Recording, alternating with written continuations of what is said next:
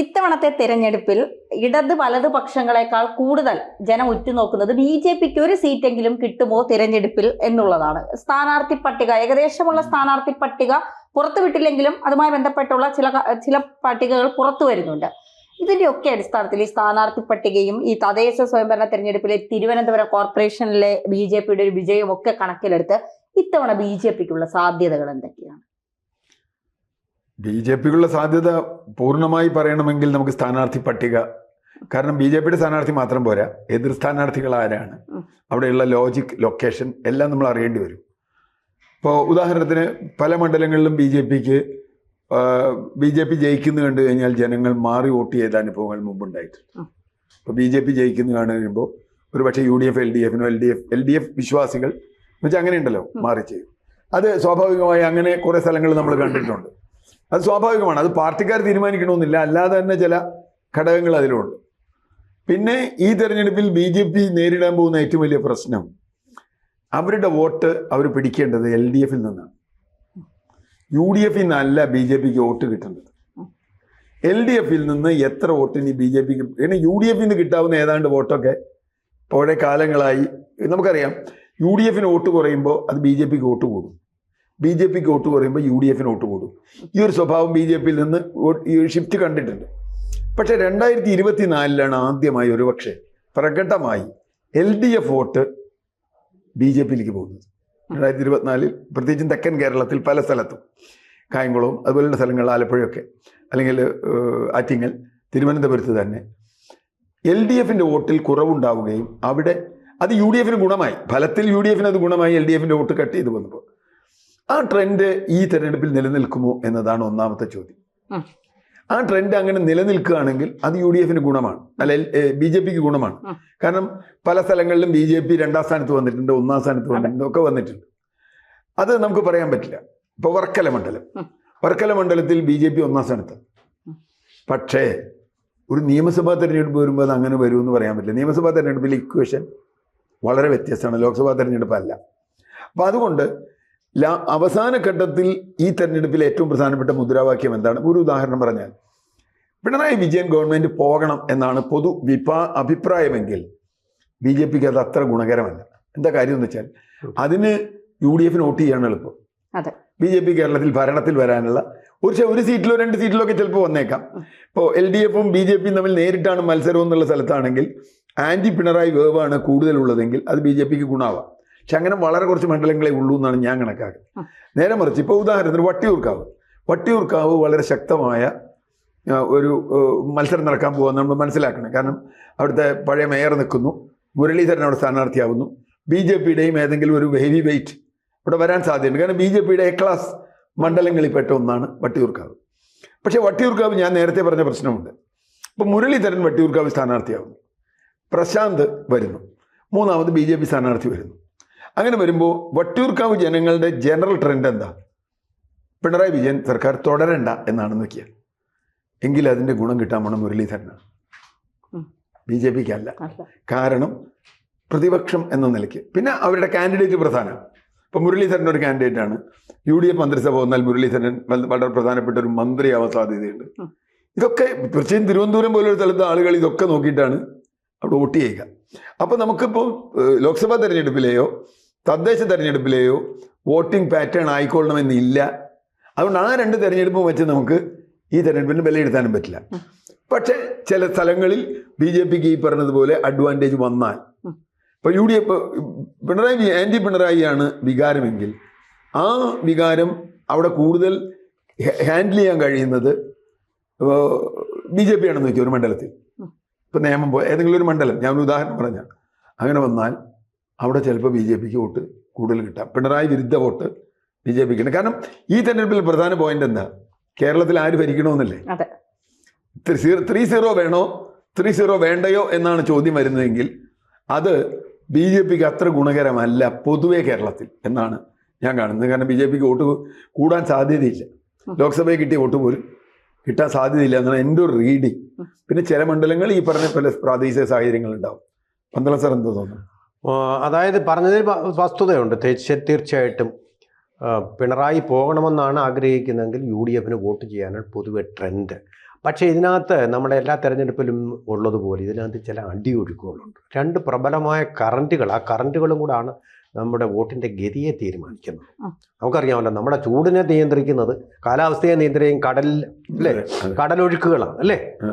നീലകണ്ഠൻ മാഷ് അത് പറഞ്ഞാൽ മനസ്സിലാവും ശരിക്കും അല്ലേ. എന്ന് പറയുന്ന പോലെ ചില അടിയൊഴുക്കുകൾ ഉണ്ടാകും. രണ്ട് അടിയൊഴുക്കുകളാണ് ഞാൻ കാണുന്നത്. ഒന്ന് ഭരണപരമായ ഒരു അടിയൊഴുക്കെന്ന് പറഞ്ഞാൽ വളരെ കഴിവുള്ള ആളാണ് പിണറായി വിജയൻ. അദ്ദേഹത്തിൻ്റെ നേതൃത്വത്തിൽ നടക്കുന്ന ഒരു 1.5 PR വർക്കാണ് നടന്നുകൊണ്ടിരിക്കുമ്പോൾ.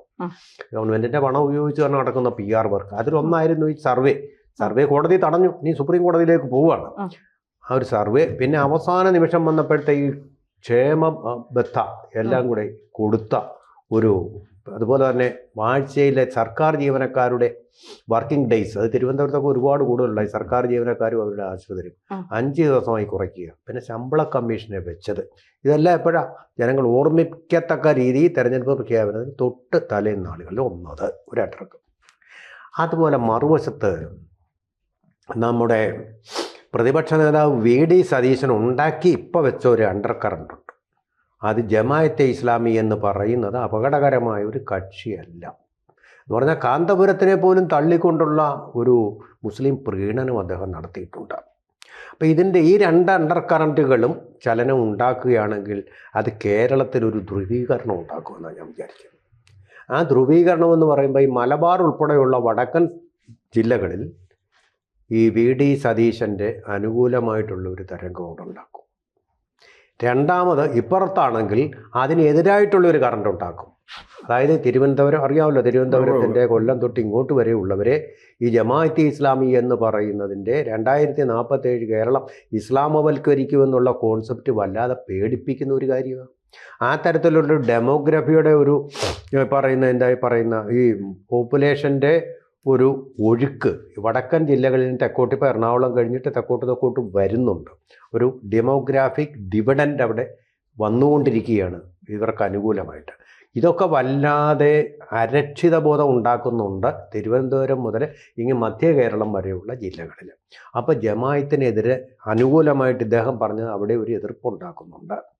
ആ എതിർപ്പിൻ്റെ ബലം തീർച്ചയായിട്ടും BJPക്ക് അനുകൂലമായിട്ട് നമ്മൾ ഒരിക്കലും വിചാരിക്കാത്ത സ്ഥലങ്ങളിൽ പോലും, യോണാട്ടുകര എന്നൊക്കെ പറയുന്ന പ്രദേശം, അത് കമ്മ്യൂണിസ്റ്റ് പാർട്ടിയുടെ ഈറ്റില്ലമാണ് ശക്തി കേന്ദ്രങ്ങളിലൊക്കെ ആയിട്ടിപ്പോൾ BJPയുടെ വലിയ അവരുടെ ഒരു കേന്ദ്രീകരണം അവിടെയൊക്കെ ഉണ്ടാക്കിയിട്ടുണ്ട്. അപ്പോൾ ഇതും കൂടി വന്നു കഴിയുമ്പോൾ ഈ രണ്ട് അണ്ടർ കറൻറ്റുകളും കൂടെ ചേർന്ന് ഒരു ഡിവിഷൻ എന്ന് പറഞ്ഞാൽ വടക്കു ഭാഗത്ത് UDFന് അനുകൂലമായിട്ടൊരു തരംഗം വരും. മുസ്ലിം ലീഗിൻ്റെ കൂടെ ചേർന്നുള്ളതായിക്കോട്ടെ. തെക്കു ഭാഗത്ത് വരുന്നത് BJPക്ക് അനുകൂലമായിട്ടുള്ള ഒരു തരംഗം. പിണറായി വിജയൻ്റെ എന്ന് പറയുന്ന മാസ് ബേസിനെ നമുക്ക് ഒരിക്കലും തള്ളിക്കളയാൻ പറ്റില്ല. ആ മാസ് ബേസ് അതുപോലെ തന്നെ ഇപ്പോഴും ഉണ്ട്, എന്തൊക്കെ ആരോപണം ഉണ്ടായിക്കഴിഞ്ഞാലും. പിന്നെ അവരുടെ ഈ PR വർക്കുകൾ കൊണ്ടുണ്ടാവുന്ന ഒരു ഡിവിഡൻറ്റ് അതും അവർക്ക് കിട്ടും എന്ന് പറയുമ്പോൾ അതിൻ്റെ അർത്ഥം മത്സരം വളരെ ഈ പറഞ്ഞതുപോലെ വട്ടിയൂർക്കാവിൽ ഉൾപ്പെടെ പണ്ട് സ്വാതന്ത്ര്യ സമരകാലത്ത് അവിടെ തീ പാറിയതാണ്. അതുപോലൊരു അറിയാമല്ലോ, തീപാറൽ ഈ പ്രാവശ്യവും ഉണ്ടാകുമെന്നാണ് ഞാൻ വരിക്കുന്നത്. എന്ന് പറഞ്ഞാൽ എന്താ പറയുന്നത്, 3 മുന്നണികൾ തമ്മിലുള്ള പോരാട്ടം.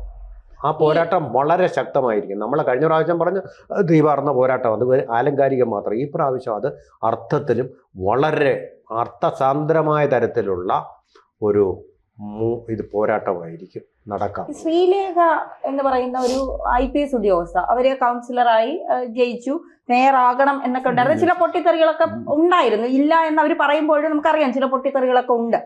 അവരാണ് വട്ടിയൂർക്കാവ് സ്ഥാനാർത്ഥി. നമുക്കിപ്പോ ബാക്കി A+ മണ്ഡലങ്ങളിൽ ഏറ്റവും പ്രധാനപ്പെട്ടതായിട്ട് ഇപ്പൊ ഉറ്റുനോക്കുന്ന നേമവും വട്ടിയൂർക്കാവുമാണ്. ഈ വട്ടിയൂർക്കാവിൽ എങ്ങനെയായിരിക്കും ശ്രീലേഖയാണ് മത്സരാർത്ഥിയെങ്കിൽ എങ്ങനെയായിരിക്കും അവിടുത്തെ ഒരു തിരഞ്ഞെടുപ്പിന്റെ ചൂടെന്ന് പറയുന്നത്? വട്ടിയൂർക്കാവിൽ ശ്രീലേഖയാണെങ്കിൽ BJPക്ക് ഗുണമല്ല എന്ന് വിശ്വസിക്കുന്ന ഒരാളാണ് ഞാൻ. കാരണം BJPക്ക് അകത്ത് തന്നെ അവർക്കെതിരായ ശക്തമായ ഒരു അണ്ടർ കറന്റ് ഉണ്ട്. കാരണം അത് അങ്ങനെയല്ല എന്ന് വെച്ചാൽ അത്ര സ്വീകാര്യമാണോ ശ്രീലേഖ എന്ന്. അങ്ങനെയായിരുന്നെങ്കിൽ ശ്രീലേഖ മേയറായത്. ശ്രീലേഖ വട്ടിയൂർക്കാവിൽ ശ്രീലേഖ ജയിച്ചു. അല്ല, ജയിക്കുന്നത് ഒരു കോർപ്പറേഷൻ കൗൺസിൽ ജയിക്കുന്ന പോലെ അല്ലല്ലോ പ്രശ്നം. കോർപ്പറേഷൻ കൗൺസിൽ അല്ലല്ലോ അസംബ്ലി. മാത്രമല്ല എനിക്ക് അവരൊരു മിനി സുരേഷ് ഗോപി ആയിട്ട് വരുന്നുണ്ടോ എന്നുള്ള ഒരു സംശയം എനിക്ക് കുറച്ചുണ്ട്. സുരേഷ് ഗോപി ഇപ്പം ഞാൻ നിർബന്ധമായി പറയാം, നാളെ തൃശ്ശൂർ പാർലമെന്റിൽ വീണ്ടും തെരഞ്ഞെടുപ്പ് നടത്തിയ സുരേഷ് ഗോപി 3-ാം സ്ഥാനത്തിൽ വരും. ബാക്കി 1-2 ആരും വരുന്ന എനിക്കറിയില്ല. പക്ഷെ 3-ാം സ്ഥാനത്ത് ആരാ വരിക എന്നുള്ളത് ഞാൻ ഇപ്പൊ പറയാം. കാരണം എന്താ വെച്ചാൽ അത്ര നെഗറ്റീവ് അവിടെ ഉണ്ടാക്കിയിട്ടുണ്ട്. പക്ഷെ സുരേഷ് ഗോപി ജയിച്ചതിന് ശേഷം ഉണ്ടായി. ഇവരെ സംബന്ധിച്ചിടത്തോളം ഇവർ വലിയ നെഗറ്റീവ് ഉണ്ടാക്കിയിട്ടുണ്ട്. അവരിപ്പോഴും IPS ആണെന്നാണ് അവരുടെ ഒരു ധാരണ, അവരുടെ വർത്തമാനവും കാര്യങ്ങളും ഒക്കെ ഉണ്ട്. അപ്പം ഞാൻ വേറൊന്നുകൊണ്ടും പറഞ്ഞതല്ല. അങ്ങനെ വരുമ്പോഴുള്ള ഒരു പ്രശ്നം എന്താ, സാധാരണ മനുഷ്യരെ വോട്ട് ചെയ്യണം, പാർട്ടിക്കാർ മാത്രമല്ല. പിന്നെ ഒരുപക്ഷെ കടുത്ത BJPക്കാർ BJPക്ക് വോട്ട് ചെയ്യും, ഇല്ലയെന്ന് ഞാൻ പറയുന്നില്ല. CPMകാർ CPMന് വോട്ട് ചെയ്യും. പക്ഷേ തെരഞ്ഞെടുപ്പിൻ്റെ ഫലം നിശ്ചയിക്കുന്നത് ഒരുപക്ഷെ വളരെ കുറച്ച് മണ്ഡലങ്ങൾ ഒഴിച്ചാൽ, ഇപ്പോൾ കണ്ണൂരെ മണ്ഡലങ്ങളോ അല്ലെങ്കിൽ മലപ്പുറത്ത് ചില മണ്ഡലങ്ങളോ ഒഴിച്ചാൽ ബാക്കി മണ്ഡലങ്ങളിലൊന്നും സാധാരണ മനുഷ്യരുടെ ജനറൽ വോട്ട് കിട്ടാതെ ജയിക്കില്ല. ആ വോട്ട് മേടിക്കാനുള്ള ശേഷി ശ്രീലേഖയ്ക്ക് ഇല്ല എന്നാണ് ഞാൻ കണക്കാക്കണം. നേരെ മറിച്ച് ഇപ്പം ഉദാഹരണം നോക്കിക്കോളൂ, ശ്രീലേഖയും മുരളീധരനോ ഇതിൽ ആര് വേണമെന്ന് തീരുമാനിച്ചാൽ സ്വാഭാവികമായും ആ അഡ്വാൻറ്റേജ് ഞാൻ നേരത്തെ പറഞ്ഞതുപോലെ ഇത് വേണ്ട തീരുമാനിച്ചാൽ ആ വോട്ട് മുരളീധരനെ വരുള്ളൂ. കാരണം അത് പൊളിറ്റിക്കൽ വോട്ട് മുരളീധരന് കൂടുതൽ കിട്ടാൻ ഒരു പൊളിറ്റിക്കൽ എന്ന് ഞാൻ പറഞ്ഞത് രാഷ്ട്രീയ പാർട്ടിയുടെ വോട്ടല്ല, ആരതിൽ ഭേദം എന്ന് ചോദിച്ചാൽ എന്നാൽ മുരളി ഇരിക്കട്ടെ എന്ന് പറയാനുള്ള സാധ്യത വട്ടിയൂർക്കാവിലുണ്ട്. ശ്രീലേഖയാണെങ്കിൽ ശ്രീലേഖ നെഗറ്റീവ് ഉണ്ട് ശ്രീലേഖയ്ക്ക്, ഞാൻ അവിടെയാണ് കാണുന്നത്. മുരളീധരൻ ആ നെഗറ്റീവ് ഇല്ല.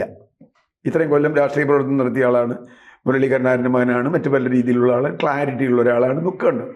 അങ്ങനെ വന്നാൽ ആ വോട്ട്. ഇനി മറ്റേ പന്തള സാറ് പറഞ്ഞ കാര്യത്തിൽ ഒരു അഭിപ്രായമുണ്ട്. ഞാൻ ഈ ജമാഅത്ത് അത്ര വിശ്വസിക്കുന്ന ആളെയല്ല, സംഗതി അതിനകത്തൊക്കെ ഉണ്ടാവും. പക്ഷേ ജമാഅത്ത് വിഷയം കഴിഞ്ഞ ലോക്സഭാ തെരഞ്ഞെടുപ്പിൽ ഉന്നയിച്ചത്, ലോക്സഭാ തെരഞ്ഞെടുപ്പിൽ ഉന്നയിച്ചിട്ട് ഒരു ഗുണം ഉണ്ടായില്ല, വടക്കോട്ടൊന്നുമില്ല. BJPക്ക് ജമാഅത്ത് വിഷയം എങ്ങനെ ഗുണകരമാവുമെന്ന് എനിക്ക് ഇപ്പോഴും അറിയില്ല. കാരണം എന്താ വെച്ചാൽ ഇപ്പോൾ ജമാഅത്തിനോടുള്ള വിരോധം കൊണ്ട് കൺസോളിഡേഷൻ വരികയാണെങ്കിൽ അത് നേരത്തെ പറഞ്ഞതുപോലെ ഇപ്പൊ കിട്ടുന്നത് LDF-ന്, BJPക്ക് അല്ല. BJPക്ക് അല്ല ആ കൺസോളിഡേഷൻ വരികയാണെങ്കിൽ. പക്ഷേ ആ കൺസോളിഡേഷൻ പൊതുവെയുള്ള ഹിന്ദു കൺസോളിഡേഷൻ എന്ന് പറയുന്ന കൺസോളിഡേഷൻ വന്നാൽ LDF-ന് അതിന്റെ ഗുണമുണ്ട്. LDF-ന് ഗുണമുണ്ടെന്ന് പറഞ്ഞാൽ എങ്ങനെയാണെന്ന് അറിയാം. നേരത്തെ പറഞ്ഞതുപോലെ 2024 LDF-ൽ നിന്ന് BJPയിലേക്ക് പോയ വോട്ട് തിരിച്ചു വരും. അപ്പോഴും നഷ്ടമാർക്ക BJPക്ക് വരുള്ളൂ, അപ്പോഴും BJPക്ക് വരുള്ളൂ. അല്ലാതെ ഈ LDF-നും UDF-നും എല്ലാം നഷ്ടം വരാൻ പോണേ അങ്ങനെ വന്നാൽ. അപ്പോൾ വല്ലാതെ ജമാഅത്ത് ഇസ്ലാമിയും ഇസ്ലാമോഫോബിയയും പറഞ്ഞാൽ അതിന്റെ ഗുണം അതിനാണ് CPM ശ്രമിക്കുന്നത്. CPM ഇപ്പോൾ ശ്രമിക്കുന്നത് വെള്ളാപ്പള്ളി നടേശനെ കൊണ്ട് ഇത് പറയിച്ച് ഈ പറഞ്ഞ വോട്ട് തിരിച്ചു പിടിക്കാനാണ്. പക്ഷെ അത് എത്രത്തോളം വടക്കോട്ട് നടക്കുമെന്നറിയില്ല. വടക്കോട്ട് നടക്കാൻ വഴിയില്ല. തൃശ്ശൂരിന് വടക്കോട്ട് അതിനൊന്നും സംഭവമില്ല. തൃശ്ശൂരിന് തെക്കോട്ടാണ് അതിനുള്ള ശ്രമമുള്ളത്. ആ ശ്രമം വിജയിച്ചാൽ BJP വല്ലാതെ പുറകോട്ട് പോകും. അതാണ് മേജർ ഇലക്ഷനിൽ. പിണറായി അനുകൂല വികാരം ഉണ്ടെങ്കിൽ അവർ ജയിക്കും. PR വർക്കിനോ ഒക്കെ ഉണ്ട്. പിണറായി തന്നെ വീണ്ടും വരണമെന്ന് ജനങ്ങൾ വിചാരിക്കണേ പിണറായി വിജയം ജയിക്കുമല്ലോ. ഞാൻ ഒരു കാര്യം പറയാം. അതിപ്പോൾ ഞാൻ ഈ പറഞ്ഞ പോലെ ഓണാട്ടുകര പ്രദേശങ്ങളിൽ BJPയുടെ സാന്നിധ്യം വലുതായിട്ടുണ്ടെന്ന്. ആ ഓണാട്ടുകര പ്രദേശത്ത് തന്നെയുള്ള ആളാണ് G. സുധാകരൻ, സത്യസന്ധനായിട്ടുള്ള ഒരു കമ്മ്യൂണിസ്റ്റ് നേതാവ്. അദ്ദേഹമാണ് പറഞ്ഞിരിക്കുന്നത് ജമാഅത്തെ ഇസ്ലാമിയായിട്ട് CPMനുള്ള ബന്ധം ചരിത്രപരമാണ്. അമ്പലപ്പുഴ ഞാൻ മത്സരിക്കുമ്പോൾ എനിക്ക് ജമാഅത്തെ ഇസ്ലാമിയുടെ പിന്തുണ ഉണ്ടായിരുന്നു, സത്യസന്ധമായിട്ട് അദ്ദേഹം പറഞ്ഞു, പലർക്കും ഉണ്ടായിരുന്നു. അതുപോലെ തന്നെയാണ് ഇപ്പോൾ മാഷിനറിയാമോ, കഴിഞ്ഞ തദ്ദേശ തെരഞ്ഞെടുപ്പിൽ ചെങ്ങന്നൂർ എന്ന് പറയുന്ന ക്രിസ്ത്യൻ ഭൂരിപക്ഷമുള്ള പ്രദേശത്ത് 4 പഞ്ചായത്തുകളാണ് BJP മാത്രം പിടിച്ചടക്കിയത്. 4 പഞ്ചായത്തുകൾ ചരിത്രമാണ്. ആ പഞ്ചായത്ത് എങ്ങനെ വന്നു? അത് G. സുധാകരൻ പറഞ്ഞ പോലെ ചെങ്ങന്നൂരിലെയും ആലപ്പുഴ ജില്ലയിലെയും മൊത്തം CPM എന്ന് പറയുന്നത് ഇസ്ലാമിക തീവ്രവാദികളുടെ, ഇതാണ് അദ്ദേഹം പറഞ്ഞ വാക്കുകൾ ഞാൻ കോട്ട് ചെയ്യുക, ഞാൻ പറയുകയല്ല, തീവ്രവാദികളുടെ കൈകളിലായിരിക്കുന്നു. ഞാൻ അങ്ങനെ വിശ്വസിക്കുന്നില്ല. കാരണം അങ്ങനെയുള്ളവരും ഉണ്ടാവാം. അതിൽ തീവ്രവാദ നിലപാടെടുത്ത് G. സുധാകരനെ ബ്രാഞ്ച് കമ്മിറ്റിയിലേക്ക് മാറ്റിയവരും ഉണ്ടാവും. അപ്പോൾ അതിൻ്റെ ഒരു എതിർവികാരമാണ് ഈ ചെങ്ങന്നൂരിൽ നമ്മൾ കണ്ടത്. അതായത് പറഞ്ഞ BJPക്ക് അതിൻ്റെ ഒരു മൈലേജ് കിട്ടുന്നുണ്ട് എന്ന് ഞാൻ വിശ്വസിക്കുന്നത്. അതുകൊണ്ട് തദ്ദേശ തെരഞ്ഞെടുപ്പ് വെച്ചുള്ള സ്റ്റഡി അത് ഇത്ര ശാസ്ത്രീയമാകണമെന്നില്ല. അപ്പോൾ തെക്കോട്ടും ഇതിനെതിരായിട്ടൊരു ഭയം, ഒരു അരക്ഷിതാവസ്ഥയാണ് മസേ, അല്ലാതെ ഒരു എതിർവികാരമെന്ന് ഞാൻ പറയുന്നില്ല. ഇങ്ങനെ വന്നാൽ എന്ന് ഭാവി തലമുറയോട് ജീവിക്കുന്നത് ഒരു ഇസ്ലാമിക സംസ്ഥാനത്തിലാണെന്നുള്ളൊരു പേടി ഉണ്ടാകാൻ. അവിടെ BJP രക്ഷപ്പെടണമെങ്കിൽ ജമാഅത്ത് ഇസ്ലാമിക്കെതിരെ ഇപ്പൊ പിണറായി വിജയൻ പറയുന്ന കാര്യം അത് എക്സ്പോസ് ചെയ്യേണ്ടി വരും. സുധാകരൻ പറഞ്ഞ പോലെ. അതായത് ഞാൻ CPM നിന്ന ആളാണ്. ഞാൻ CPM 30 വർഷം നിന്ന ആളാണ്. ഈ 30 വർഷക്കാലവും ജമാഅത്തെ ഇസ്ലാമി CPM സപ്പോർട്ടായിരുന്നു. 30 വർഷക്കാലം എനിക്ക് നല്ല ഓർമ്മയുണ്ട്. അത് 77 മുതൽ 2007 വരെ. അതൊരു ന്യൂസാണ്. എനിക്ക് 77 മുതൽ 2007 വരെ എല്ലാ ഇലക്ഷനും ജമാഅത്തെ ഇസ്ലാമി കോൺഗ്രസ് വിരുദ്ധമായിരുന്നു. CPM അനുകൂലമായിരുന്നു. കേരളത്തിൽ LDF അനുകൂലമായിരുന്നു. ഞാൻ അവരായിട്ട് തർക്കിച്ചിട്ടുണ്ട്. നിങ്ങളിങ്ങനെ അന്ധമായി പോകും. ഞാൻ ഇടതുപക്ഷക്കാരനായിരിക്കാം, പക്ഷേ അല്ല. ഞാൻ ഒറ്റ ഉദാഹരണം പറയാം. 2009 KV തോമസും സിന്ധു ജോയും ഇവിടെ മത്സരിക്കുന്നു എറണാകുളത്ത്. അന്ന് നമ്മളൊരു സ്ഥാനാർത്ഥി നിർത്തിയിട്ടുണ്ട്. ഞങ്ങളുടെ ഈ മൂലംപിള്ളി സമരം വെച്ചിട്ട് അതിനൊരു നമ്മൾ ജയിക്കാനല്ല, മൂലംപിള്ളി ഒരു വിഷയം വീടൊക്കെ ഇടിച്ചു പൊളിച്ച് ഇറക്കി വിട്ട ആളുകളുടെ ഒരു സ്ഥാനാർത്ഥി മേരി ഫ്രാൻസിസ്. അതിനൊരു ഇലക്ഷൻ ഏജന്റ് ആയിരുന്നു എനിക്ക് ഓർമ്മയുണ്ട്. ഞാൻ ഇലക്ഷൻ ഏജന്റ്. നമുക്ക് ജയിക്കാനല്ല, നമുക്കിത് പറയാനാണ്. ഇങ്ങനെ ഞങ്ങളെങ്ങനെ അടിച്ചിറക്കി വിട്ടു എന്ന് പറയാം. അന്ന് ഈ സമരത്തിലൊക്കെ നിന്നിരുന്ന ആളുകളാണ് അന്ന് സോളിഡാരിറ്റി. അന്ന് ജമാഅത്ത് ഇസ്ലാമി അല്ല, വെൽഫെയർ പാർട്ടി ഉണ്ടായിട്ടില്ല, സോളിഡാരിറ്റി. ഞങ്ങളുടെ സമരത്തിലൊക്കെ വരും, പ്ലാച്ചിമടയിൽ വരും, അവിടെ പരിസ്ഥിതി സമരങ്ങളിലൊക്കെ വരും. അപ്പൊ അവരുമായിട്ട് അവരുടെ സെമിനാറിന് ഈ MB രാജേഷ്, ഞാൻ MB രാജേഷും കൂടി എത്ര സെമിനാർ പങ്കെടുത്തിട്ടുണ്ടെന്ന് അറിയാം. MV ഗോവിന്ദൻ മാഷ് ജമാഅത്തെ ഇസ്ലാമിയുടെ സെമിനാറിൽ പങ്കെടുത്തിട്ടുണ്ട്. ഇല്ലാന്ന് പറയാൻ പറ്റില്ല. ഞാൻ എൻ്റെ അതിന്റെ ഫോട്ടോ ഒക്കെ ഉണ്ട്. അതല്ല പ്രശ്നം. ഈ പിണറായി വിജയന്റെ സ്റ്റേറ്റ്മെന്റ് ഉണ്ട്, ജമാഅത്തെ ഇസ്ലാമി ഞങ്ങളുമായിട്ട് യോജിക്കുന്ന ഒരു സംഗതിയാണെന്നുള്ള. നിങ്ങൾക്ക് വേണമെങ്കിൽ വീഡിയോ ഞാൻ അയച്ചു തരാം. എൻ്റെ ഒരു വീഡിയോ ഉണ്ട്. അത് അന്ന് ശരിയാണെന്നേ. ദേശാഭിമാനി എഡിറ്റോറിയലുണ്ട് എൻ്റെ കയ്യിൽ. ഏത് ജമാഅത്തെ ഇസ്ലാമി വളരെ ഗംഭീരമായ ഒരു തീരുമാനം എടുത്തിട്ടുള്ള ഇടതുപക്ഷത്തെ പിന്താങ്ങാൻ 2001 ഒറ്റയാണ്. അപ്പൊ ഞാൻ പറഞ്ഞു വന്നത്, ഇടതുപക്ഷത്തിന് ജമാഅത്തെ ഇസ്ലാമി എന്നുള്ള ഫോബിയ വെച്ച് എത്രത്തോളം ഹിന്ദു വോട്ട് കൺസോളിഡേറ്റ് ചെയ്യാൻ കഴിയുന്നുള്ളൊരു ചോദ്യമുണ്ട്. BJPക്ക് അത് കിട്ടണമെങ്കിൽ ജമാഅത്തെ ഇസ്ലാമിക്കെതിരെ സതീശൻ പറയുന്നത് പിണറായി വിജയനും ബാധകമാണ് എന്ന് പറഞ്ഞില്ലെങ്കിൽ ആ വോട്ട് BJPക്ക് കിട്ടില്ല. അവിടെ ഞാൻ നേരത്തെ പറഞ്ഞ ഒരു പ്രശ്നമുണ്ട്. അപ്പൊ അതാണ് ഫോബിയ എങ്കിൽ ആ ഫോബിയ പിണറായി വിജയൻ അതിന്റെ അഡ്വാൻറ്റേജ് കിട്ടാം, BJPക്ക് അല്ല കിട്ടുക. കാരണം അതങ്ങനെയല്ലേ വരിക. ഇവിടെ ത്രികോണ മത്സരത്തിൽ എപ്പോഴും ഈ ഒരു ഷിഫ്റ്റ് നമ്മൾ ആലോചിക്കണം. പ്രധാന ശത്രു ആരാണോ അയാൾ തോൽക്കാൻ വേണ്ടി ബാക്കി ആളുകൾ വോട്ട് ചെയ്യും. ഇപ്പൊ ലോക്സഭയിലൊക്കെ നമ്മളത് കണ്ടിട്ടില്ല. UP-യിലൊക്കെ കഴിഞ്ഞുകൊണ്ട് ഉണ്ടായത് എന്താ? UP-യിലൊക്കെ BJP തോൽക്കണമെന്ന് തീരുമാനിച്ച് ഇന്ത്യ സഖ്യത്തിന് വോട്ട് ചെയ്തതാണ് മറ്റു പല പാർട്ടികളും മറ്റു പല സംഘടനകളും. കാരണം അത് അങ്ങനെ വരും. അപ്പൊ അതുകൊണ്ടാണ് BJP UP-യിൽ പുറകോട്ട് പോയത്. അതിന്റെ ടെക്നിക്ക് അവർ മറ്റേ ബീഹാർ ഇലക്ഷനിലൊക്കെ തീർത്തു. അത് വേറെ കാര്യം. അപ്പൊ ഞാൻ പറഞ്ഞത് കൺസോളിഡേഷൻ എന്തിന്റെ പേരിലാണ് കൺസോളിഡേഷൻ? ഇപ്പൊ പിണറായി വിജയൻ ജയിക്കണം എന്നാണ് കൺസോളിഡേഷൻ എങ്കിൽ LDF ജയിക്കും, അതൊരു സംശയമില്ല. പക്ഷേ ഈ പറഞ്ഞ ഇതുകളൊക്കെ ആണെങ്കിൽ കൺസോളിഡേഷൻ വരുമെങ്കിൽ അത് BJPക്ക് ഗുണമാണെങ്കിൽ BJP അത്രയ്ക്കും ശക്തമാണ്. ഒരു മണ്ഡലത്തിൽ ജയിക്കുമെന്ന തോന്നലുണ്ടാവും, അത്രയ്ക്ക് നല്ല സ്ഥാനാർത്ഥി ഉണ്ടാവും. പ്രധാനപ്പെട്ട ഇപ്പൊ നേതാ പറഞ്ഞു, പ്രശാന്തിനെ തോൽപ്പിക്കണമെന്ന് വട്ടിയൂർക്കാവിലെ ജനങ്ങൾ തീരുമാനിച്ചാൽ പിണറായി വിരുദ്ധ വികാരം, പ്രശാന്ത് എന്നുള്ള വ്യക്തിയല്ല, ഭരണം മാറണമെന്നാണ് തീരുമാനിക്കുന്നതെങ്കിൽ അവര് മുരളീധരൻ വോട്ട് ചെയ്യാനാണ് കൂടുതൽ സാധ്യത, ശ്രീലേഖയ്ക്കോ അല്ലെങ്കിൽ മറ്റതുപോലെയുള്ള ഒരു സ്ഥാനാർത്ഥിക്കോ അല്ല. അവിടെയാണ് പ്രശ്നം. അപ്പൊ ആലങ്കാരികമായി പറയുകയാണെങ്കിൽ പിണറായി വിജയൻ ഭരണം ഇനിയും 3.0 വരണമെന്ന് ഏറ്റവും കൂടുതൽ ആഗ്രഹിക്കേണ്ടത് BJP-ക്കാരാണ്. തീർച്ചയായിട്ടും. എങ്കിലേ അവർക്കൊരു നിലനിൽപ്പുള്ളൂ ഈ തെരഞ്ഞെടുപ്പിൽ. കേന്ദ്രത്തിന്റെ തീരുമാനം അങ്ങനെ തന്നെയാണ്, അവരങ്ങനെയാണ് തീരുമാനിച്ചത്. പക്ഷേ അവിടെ ഒരു കുഴപ്പമുണ്ട്. അങ്ങനെ പറഞ്ഞാൽ എല്ലാ BJP-യുടെ സാധാരണ വോട്ടർമാർ വോട്ട് ചെയ്തോളണമെന്നില്ല. CPM വോട്ട് ചെയ്യണമെന്നൊന്നും പറഞ്ഞാൽ വോട്ട് ചെയ്തോളണമെന്നില്ല. പ്രത്യേകിച്ചും വടക്കൻ കേരളത്തിന് കിട്ടുകയില്ല. തെക്കൻ കേരളത്തിലാണ് പിന്നെ ഒരു സാധ്യതയുള്ളത്. തെക്കൻ കേരളത്തിൽ അങ്ങനെ ചെയ്യുമോ എനിക്കറിയില്ല. കാരണം അത് ചെയ്യാൻ സാധ്യതയില്ല. അവിടെയും പ്രധാന പോയിന്റിലേക്ക് വന്നാൽ ആണ് ഉത്തരം കിട്ടുക. ഏതാണ് നിങ്ങളുടെ വോട്ട് ചെയ്യാൻ പോകുമ്പോൾ നിങ്ങളുടെ ലക്ഷ്യം ഏതാണ്? ആ ലക്ഷ്യത്തിലാണ് എടുക്കുക. അതായത് ചുരുക്കി പറഞ്ഞു കഴിഞ്ഞാൽ ആന്റി ഇൻകംബൻസി ആണ് ഫാക്ടർ എങ്കിൽ തീർച്ചയായിട്ടും UDF-ന് അനുകൂലമായിട്ട് വരും. അതല്ല ഇത് ഈ പറയുന്ന ഒരു ഇസ്ലാമോഫോബിയ ആണ് എന്നുണ്ടെങ്കിൽ അത് BJP-ക്ക് അനുകൂലമായിട്ടും വരാനാണ് സാധ്യത.